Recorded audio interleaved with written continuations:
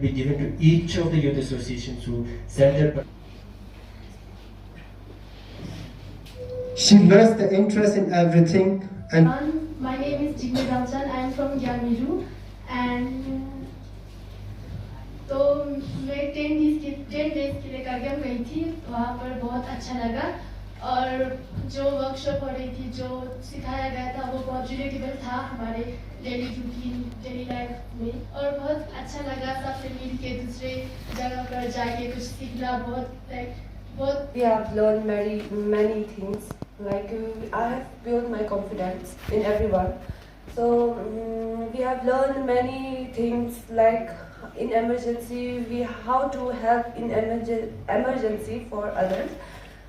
Situations in this, how we can deal with such kind of situations like faucet kids, and even we have learned that without the internet we can live over there, okay? Because there was no internet over there, and still we are able to handle it such things.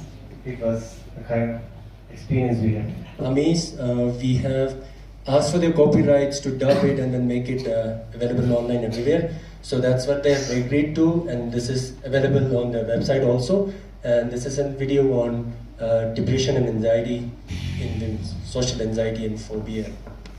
People just think that mental health is nothing but an excuse to just say that, even in that video also it was shown that to डरता है क्या, you are not understanding what the person is really feeling, what is the real core problem.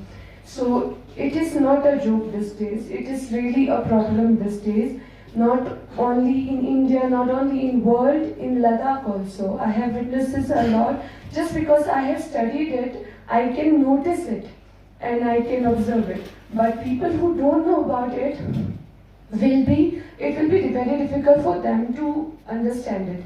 Plus the drug thing in Ladakh, I feel like why if there isn't a very small awareness in kids that what is drug actually, what is kind of drugs, what will happen if it is used by one. So if the curiosity we will kill in their childhood, I don't think it will be this problematic in the coming times, because children we see they are very curious about things. They are like, okay, if one elder one is trying some drugs, they will be having this feeling that okay, I also want to try. What will be the feeling? How will they feel? Will it be good, bad, what? So this curiosity makes them do these things. So they won't get this knowledge from their parents, because they cannot go home and ask, Mama, what is this? They cannot say, घर पे जाके वो लोग पूछ नहीं सकते, ये drugs क्या होता है, ये गांजा क्या होता है, ये चरस क्या होता है. So this is a very problematic thing. So the root thing, if we can solve that, if we can educate, if we can,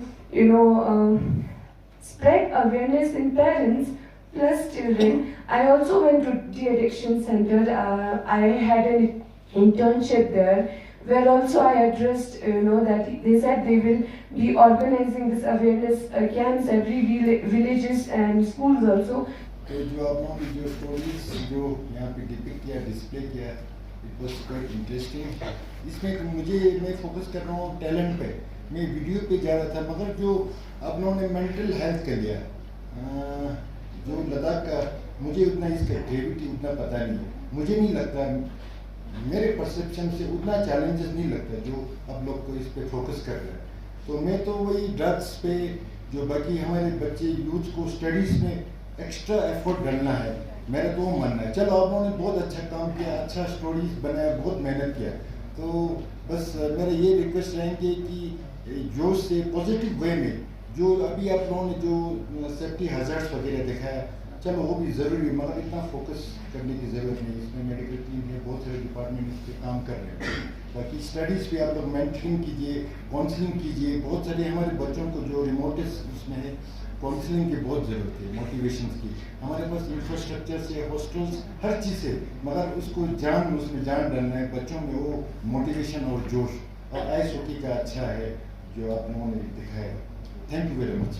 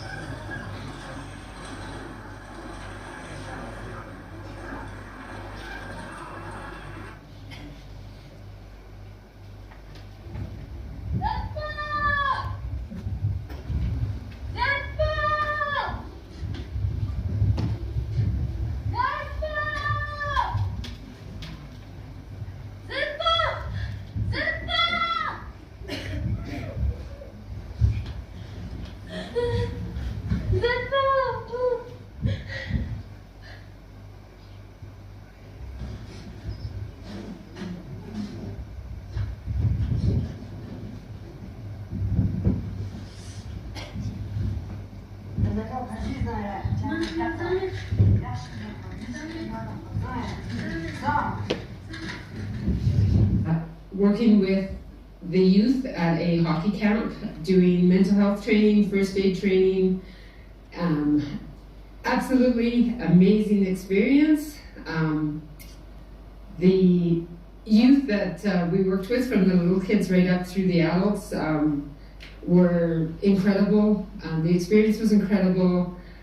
The feedback that I've gotten was that it was very worthwhile, what we brought to the program. But I think I got more out of it than I probably put into it. So I would recommend this for anybody to come and have this experience. Stress, mental health illness या anxiety, depression, हम सोच रहे कि आज के जो नए बच्चे जो या फिर आज की जो नई जनरेशन है उसमें सबसे ज़्यादा होता होगा, या उन लोगों को ज़्यादातर इस चीज़ से गुजरना पड़ता है। जैसे दूसरा मेजर कॉज है आपका फैमिली रिलेटेड या फिर पर्सनल रिलेशनशिप रिलेटेड इश्यूज को लेकर।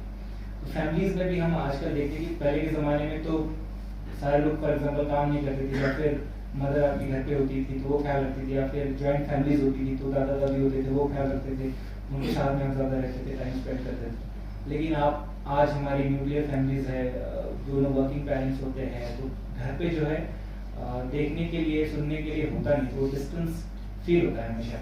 तो उन चीज़ों पे थोड़ा सा हमें एड्रेस करने की ज़रूरत है। और साथ ही में अगर हम ज़्यादातर फ़ोन को छोड़ के अगर ह्यूमन इंटरेक्शन पे ज़्यादा फोकस करें, ध्यान दें, तो ज़्यादा बेटर रहेगा हमारे लिए भी, हमारे आँखों के लिए भी और मेंटल पीस के लिए भी। क्योंकि आजकल इंस्टाग्राम, स्नैपचैट, फेसबुक से जो पुराने जनरेशन लोग हैं, बट ये दो चीज़ें जो है मैक्सिमम टाइम आपका ले जाती है और इतना ज़्यादा एडिक्शन हो जाता है, क्योंकि उनका ऑब्वियस एल्गोरिथम वैसे ही काम करेगा। आप जितना टाइम स्पेंड करोगे ऐप पे उतना उनको प्रॉफिट होगा, उनको ज़्यादा एड्स आपको दिखाएंगे, उनका रेवेन्यू बढ़ेगा।